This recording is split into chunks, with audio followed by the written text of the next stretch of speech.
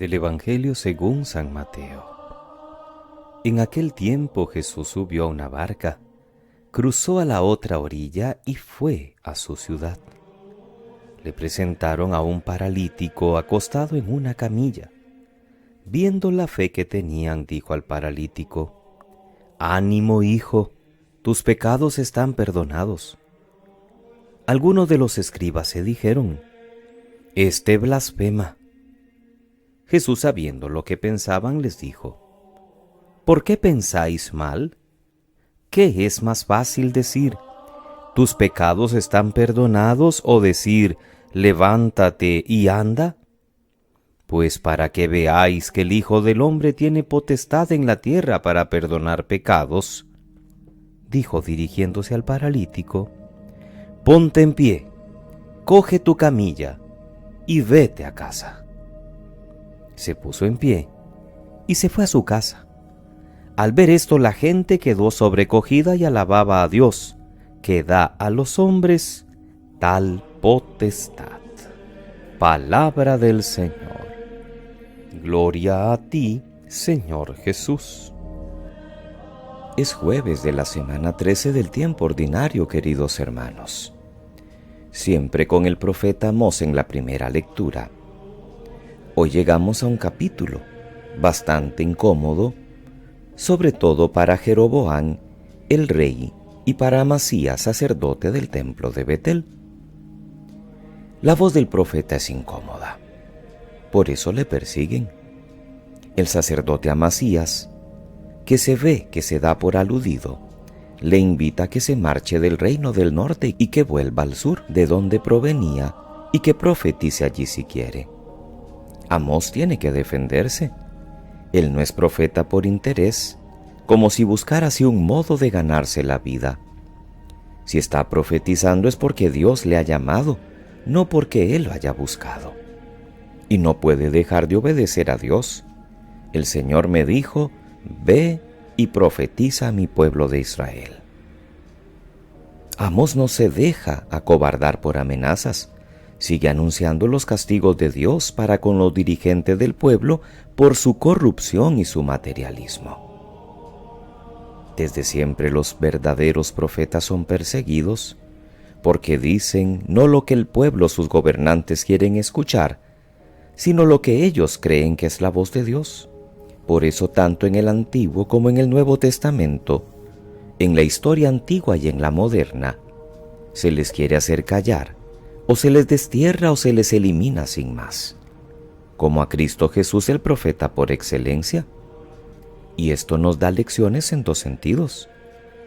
Ante todo, los cristianos somos llamados a dar testimonio de Cristo y de su Evangelio en medio de un mundo donde también tenemos que ser valientes y tenemos que ser coherentes con ese testimonio, aunque resulte ir contracorriente, y corramos el riesgo de ser perseguidos o mal comprendidos. Con nuestro testimonio no nos buscamos a nosotros mismos, ni ventajas económicas o sociales. Buscamos el bien de los demás, tal como lo quiere Dios, aunque esto nos comporte dificultades. Cuando quisieron hacer callar a Pedro, que estaba dando testimonio de Cristo ante el pueblo, él respondió que debía obedecer primero a Dios y no a los hombres. También nosotros deberíamos responder de la misma forma y no tener miedo. Por otra parte, cuando también a nosotros alguien nos pueda decir una palabra profética, es decir, cuando alguien ejercite con nosotros ese raro y precioso servicio de la corrección fraterna, deberíamos saber aceptar su voz como venida de Dios y pensar en que puede tener razón. Lo mismo cuando a la Iglesia o a la humanidad una voz profética les recuerde los caminos que Dios quiere y no los de la moda de turno. Y la reacción debería ser de humilde acogida, sin echar mano de las 1000 excusas que se nos ocurren siempre que se nos dice algo incómodo. Lo que no tenemos que buscar es la comodidad o el interés propio, sino la voluntad de Dios. Por eso el Salmo nos recuerda junto a la primera lectura que los mandamientos de Dios son rectos y enteramente justos, y los mandatos del Señor siempre alegran el corazón. En el Evangelio de San Mateo, de vuelta del territorio pagano de los Gerasenos, ahora en Cafarnaún le presentan a Jesús un paralítico. Mateo nos recuerda, como hace Marcos, el detalle de que tuvieran que descolgar la camilla desde el techo de la casa. Jesús no solo le cura, le perdona los pecados, y esto por supuesto que va a provocar gran escándalo de los letrados y de los que se consideraban sabios que le escuchaban. Pero es que la salvación que Cristo quiere para los hombres es integral. No solo es el cuerpo, sino sobre todo también el espíritu. Y el signo externo, la curación de la parálisis, es símbolo de la curación interior, la liberación del pecado, como tantas otras veces en sus milagros, sobre todo porque en la cultura de Jesús muchas veces se relacionaba una cosa y otra. Estoy enfermo, es que seguro soy un gran pecador. Tengo esta situación en mi vida, es que estoy pagando alguna situación mala que hice. Después de la tempestad calmada, después de la curación de los endemoniados de ayer y antier, hoy Jesús nos muestra su poder sobre el mal más profundo, el pecado. Y también nosotros, escuchando este Evangelio, tenemos que preguntarnos cuántas veces nos ha curado a nosotros Jesús diciéndonos: ponte en pie y camina.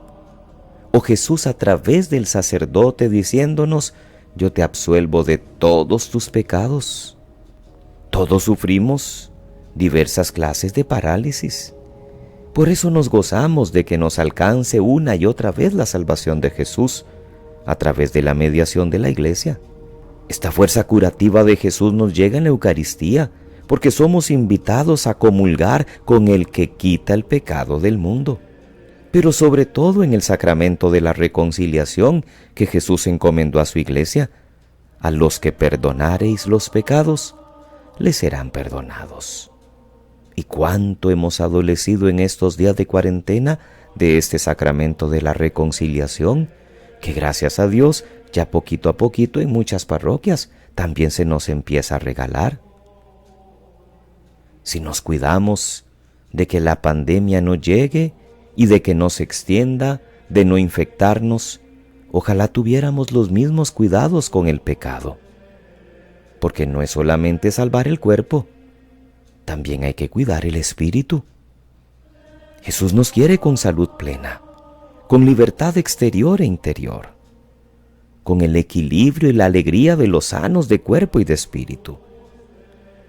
Por eso ha venido de parte de Dios precisamente a reconciliarnos, a anunciarnos el perdón y la vida divina, y ha encomendado a su Iglesia ese mismo ministerio. Esta es la mejor noticia de todas las que tenemos, sobre todo en estos días de tan malas noticias, que suben los impuestos, que suben los casos, que hay dificultades, que no hay trabajo. Esta es buena noticia. Y es para dar gracias a Dios por su amor, por habernos concedido en su Hijo y en la Iglesia de su Hijo estos signos de misericordia. Solo pensemos, ¿qué sería de nosotros si no tuviéramos el sacramento de la reconciliación? Y cuánto bien nos hace cuando somos escuchados y cuando salimos del confesionario con el alma limpia, porque Él ha tomado nuestros pecados. También nosotros, como la gente que presenció el milagro, reaccionemos con admiración siempre nueva. La gente quedó sobrecogida, dice el Evangelio, y alababa a Dios que da a los hombres tal potestad. También nosotros, admirémonos de la obra de Dios cuando Él sigue sacando a algunos que andaban perdidos y los lleva de regreso a su casa. Que pasen muy feliz jueves eucarístico, queridos hermanos. Aprovechemos este día para poder ir a la Eucaristía, para estar un ratito a los pies de Jesús. Y si no podemos, utilicemos los diferentes medios que hoy tenemos, redes sociales, radio o televisión, para también participar en este jueves del Misterio Santo de la Eucaristía. Que Dios les bendiga.